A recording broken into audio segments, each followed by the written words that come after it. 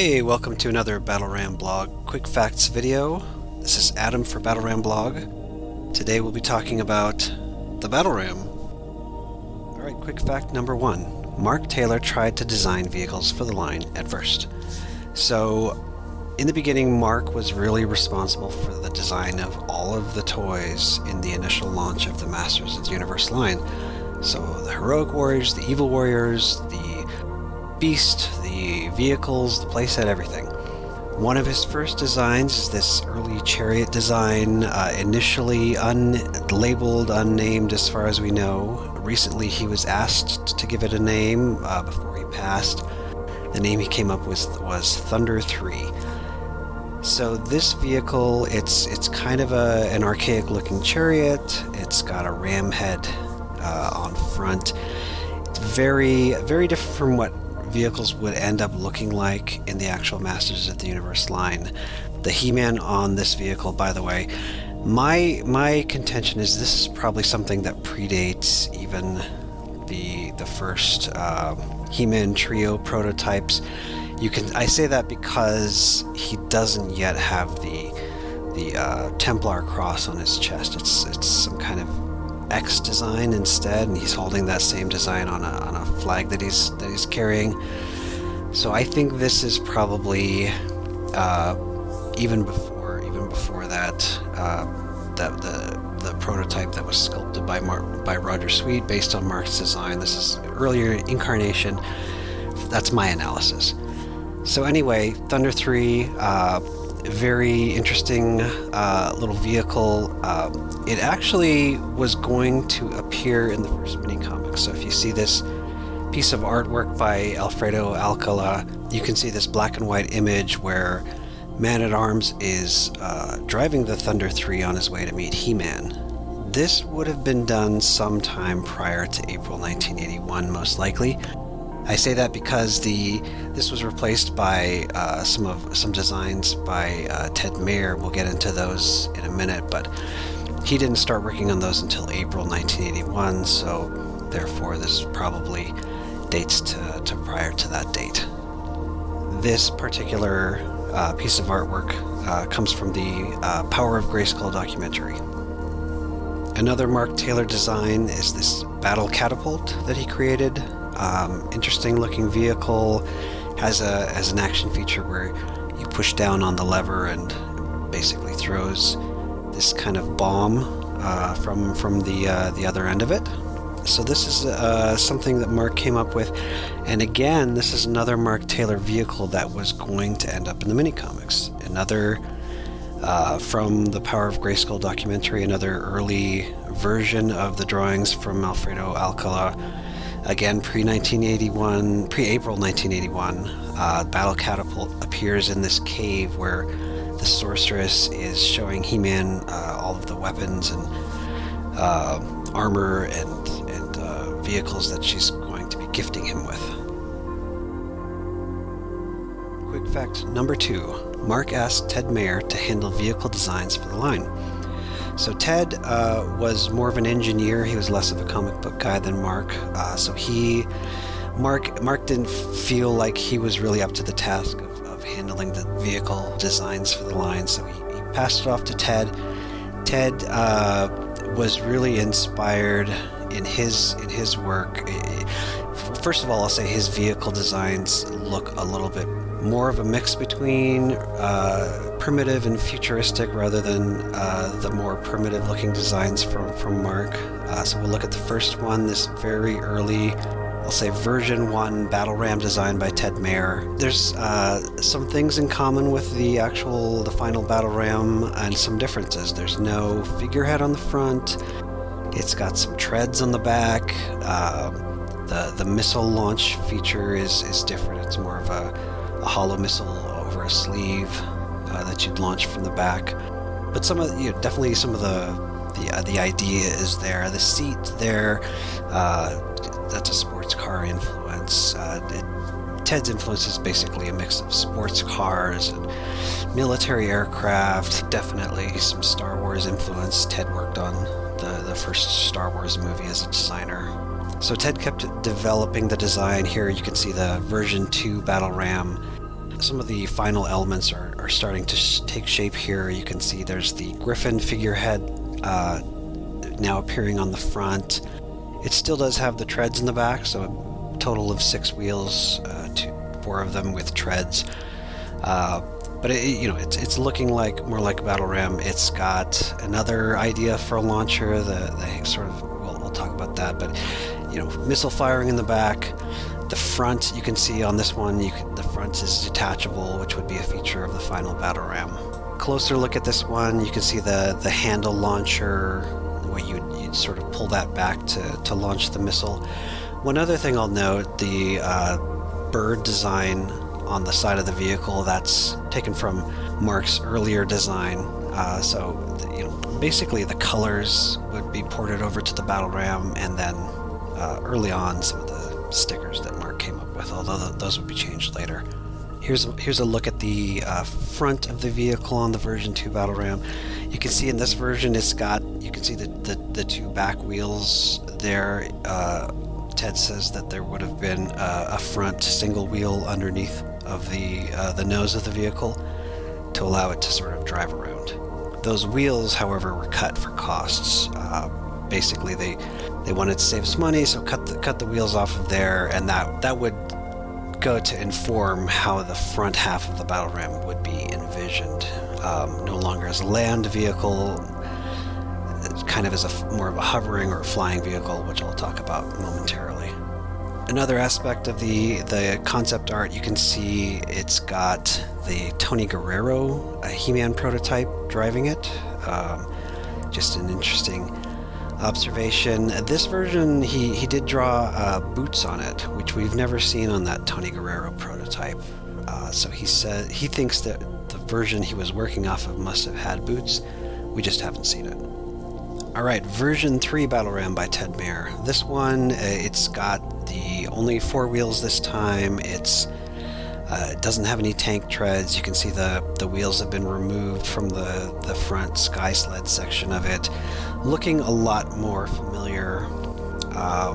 It's still not final, but this is the basic shape and design for the battle ram vehicle. And then over here we've got control drawings that Ted created for the battle ram as well. And again, you can see it's being piloted by the Tony Guerrero He-Man prototype. So the prototype battle ram was sculpted by Jim Openshaw, made out of wood. That seems to have been the standard process for all of the vehicles in Masters of the Universe. You can see it's really starting to look much more familiar with the color scheme. It's not, even this is not identical to the actual toy.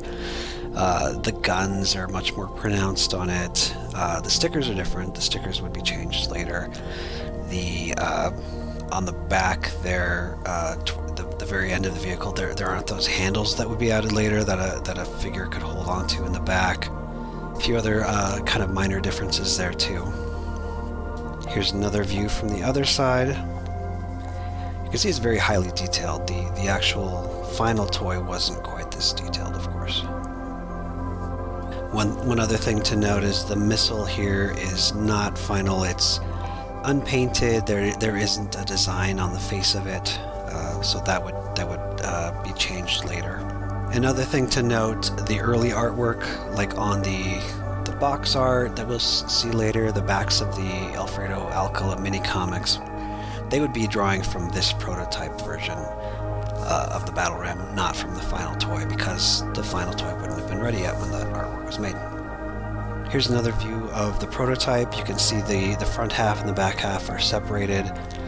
The connectors, there's some metal connectors between the two halves, and there you can tell from the holes in the connectors that it is made of wood. Another interesting aspect is that there's a sculpted control panel on the front. There's no sticker there, but there's some sculpted elements on the section where the figure would be controlling it. And one more view of the prototype, this time with a different lighting. It looks much more blue rather than kind of the greenish gray tint from the other photos. This is probably more true to the actual color. And then we've got this image from the 1982 licenser kit. This is the same prototype mostly. You can see the same elements, stickers, the same sculpted details. The difference though on this one is that they've added the updated missile. You can tell it's got the sort of gargoyle face that they added to the missile. It's red. It looks like it's the actual final casting of it. Alright, now here is the final Battle Ram toy. Just to look at all of the different angles of it. Very familiar to a lot of people. I mean, overall the picture is this looks very similar to the prototype, but again, some of those details are a little softer, especially the guns on the front of the vehicle, the added handle in the back, the stickers are different. Now, drawing from the instructions, the Battle Ram is unique because it's kind of two vehicles in one. But from the instructions, you do get the reference to what are the names of each half of the vehicle. So that here it says the front portion of Battle Ram is called the Sky Sled. The back portion is the Battle Ram Mobile Launcher. And then they're calling the missile a battering ram. And then not to forget the stickers. The first versions of the stickers were by Ted Mayer. Again, that bird one was borrowed from Mark Taylor's design, but the rest were by Ted. The final version of the stickers for the Battle Ram were by Mark's wife, Rebecca Salari Taylor. There's definitely more stickers here. You get control surface stickers for the front and the back, and different panels. You get the decorative dragon for the front, and these decorative arrows for the side. The very kind of funky helmet for the back of the vehicle. All great stuff. Then, of course, we've got to look at the box art by Rudy Obrero. Like I'd mentioned before, this box art is definitely based on the prototype vehicle. You can see the coloring too. It's a little bit more greenish gray, kind of like some of those earlier prototype pictures. I think he was exactly just drawing from those same pictures. He does take a little bit of artistic liberty. He elongates the front of the vehicle, the Sky Sled portion, makes the neck of the Griffin figure longer. The nose of the vehicle is a little longer. Then just sort of zooming in onto the actual artwork, you can see the top half is one scene. You've got He-Man flying in the jet sled. The Battle Ram Mobile Launcher is down on the ground, firing some missiles. There's multiple, as you can see. There's at least two of them there. Great big battle in front of Castle Grayskull. Excellent stuff. Then at the bottom of the scene, it's really just a different scene for the bottom, for the lower section of the box. And here you've got He-Man driving the complete Battle Ram over some rocky terrain. You can see Rudy's added some of his own sort of arrow-shaped or gull-shaped flying vehicles up in the air, just to add some atmosphere there. This scan, by the way, was done by me. Quick fact number 3. Ted created a similar vehicle, sometimes mistaken for the Battle Ram. So Ted created another smaller sized vehicle, the Battle Chariot vehicle. It's a four-wheeled vehicle. It's got larger wheels in the back. It doesn't have a figurehead in front. It looks like it's kind of just a fast recon vehicle with a set of cannons on the front. Interestingly, it seems to appear, it's got a different name, but it does seem to appear in the original pitch for the line when it was called Lords of Power. It's mentioned in this paragraph where it says, "Our smaller vehicle is called the Turbo Chariot and can be used for transportation or in battle. The Chariot will also be offered with He-Man as a gift set. All the figures are designed to fit every accessory item." So this wasn't released, but I think conceptually it was changed out for the Wind Raider because the Wind Raider was a smaller vehicle. It was released in a gift set with He-Man, so for whatever reason, I think they just wanted something a little different, so maybe a flying vehicle just to make it a little bit more diverse. But again, the battle chariot actually did appear in the comics. The first He-Man and the Power Sword comic by Don Glut, Alfredo Alcala. Not the early rough drafts, but the final version. You can see it in the back in the cave where the sorceress is talking to He-Man, and you can also see Man-at-Arms driving it on his way to meet He-Man. And this is changed out. You can, if you recall earlier on, there was a draft of this scene where Man-at-Arms was driving one of Mark Taylor's designs, and this was changed out for the Ted Mayer vehicle. Quick fact number 4. The Sky Sled was originally supposed to hover close to the ground. So if you recall some of the early concept art by Ted Mayer for the Battle Ram, there was a Sky Sled that had the wheels still attached to it, the hidden front wheel on the nose. So the idea to begin with is this is just, it's on the ground. It's just, you can take it out from the main vehicle, but it's not a flying vehicle. Because they removed those wheels, that had to change. And basically the idea then, similar conceptually, instead of rolling on wheels, it's going to be like a hovercraft. It'll hover low to the ground. And Mark Taylor was actually interviewed about this by Matt Joswiak about 20 years ago. So Mark, he made some comments in that interview about the Battle Ram and how he saw it, which I'll read for you now. Mark says, "The Battle Ram was something that He-Man came across, and I got that from Tim Tyler's The Jungle. You wouldn't know who that is. That was an old serial. And he comes across it again in a cave, and he has to experiment and find out how to make it work. And of course Man-at-Arms steps forward and then, shows him, well, this is like such and such, and he gets to where he can run it. It's a powerful device. And again, it gets him out of just being a medieval knight or into being a hero that transcends kind of into the technological time." Mark goes on to say, "We pictured it not as a hovercraft technology. We pictured it as something one couldn't explain. It would go up maybe 1.5 feet off the ground. And it could go for a short distance that way. And that's what it was meant for. It was meant for you would use it more like a shuttlecraft. You wouldn't go for long trips in it. It needed its big wheels for that. And the idea was to create the image of this battle ram coming up to Castle Grayskull. And Skeletor in Castle Grayskull saying, 'I've got it now, you'll never get me.' And He-Man says, 'Oh yeah, we'll take a little of this,' and shooting at Castle Grayskull and eventually, battering his way into it. So that was Mark's idea for sort of how the vehicle would be used, which is how it's used in this first mini comic. Mark mentioned Tim Tyler, some of the Jungle serials that he had done. I looked it up. There was this Jungle Cruiser vehicle. I'm not familiar with the series, but it sort of reminds you of this high-tech piece of equipment that's found in the jungle or found in a low-tech area. Kind of interesting. Anyway, that idea that the front half of the battle ram is not for flying up through the skies. You see that also in the 1984 UK annual, where it says, "Battle Ram is the second of He-Man's marvelous vehicles. Again, built by Man-at-Arms, this really shows his skill and versatility, doubling as a powerful battering ram and catapult, and not one but 2 types of vehicles. Powerful on the ground, the front section can also be used as an above-surface vehicle, skimming over the ground with great speed and agility." And by the way, they call it the second vehicle. It was definitely the first vehicle, released in the original line. Wind Raider came second. In the mini comics, though, there was another use for the battle ram, kind of a weird one. It's called a space warp device. On the back of the comics, it says, "Battle ram carries warriors through space and time."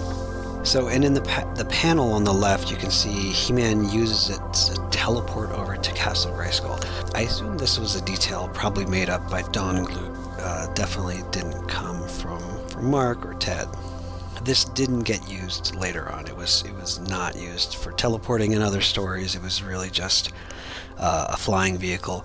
And in fact, the whole hovering close to the ground thing was quickly dropped too, even in the fourth mini comic that also came out in 1982. He-Man's using Sky Sled as an air vehicle, where there's air battles using the Sky Sled and the Wind Raider. Alright, quick fact number 5. Filmation created an evil version of the Sky Sled. So in the Filmation cartoon, the front half of the battle ram was used pretty frequently. It was a pretty common means of transport for the heroic warriors. I think for convenience they wanted to give something similar to the evil warriors so they could also get to where they needed to go quickly. So they created this doom buggy, also known as the war sled. Basically it's the original Sky Sled with a greenish color. They changed the figurehead on the front to a snake head, and there you have the war sled. And here's an image of Tila on the Sky Sled and Trapjaw on the war sled.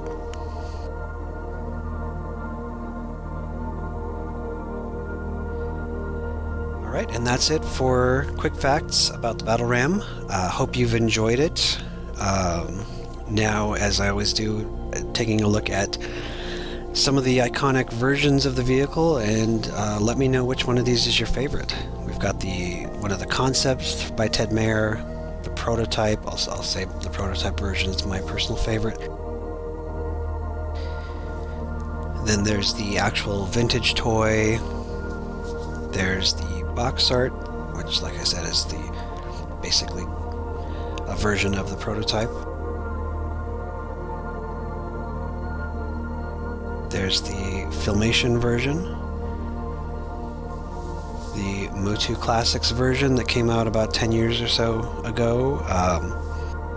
Probably the best toy, I would, in my opinion. Maybe I shouldn't say that. I'm gonna bias your opinion on it, but it is a great toy. I've always been a little bit weird about the back wheel. I don't know why they made it larger.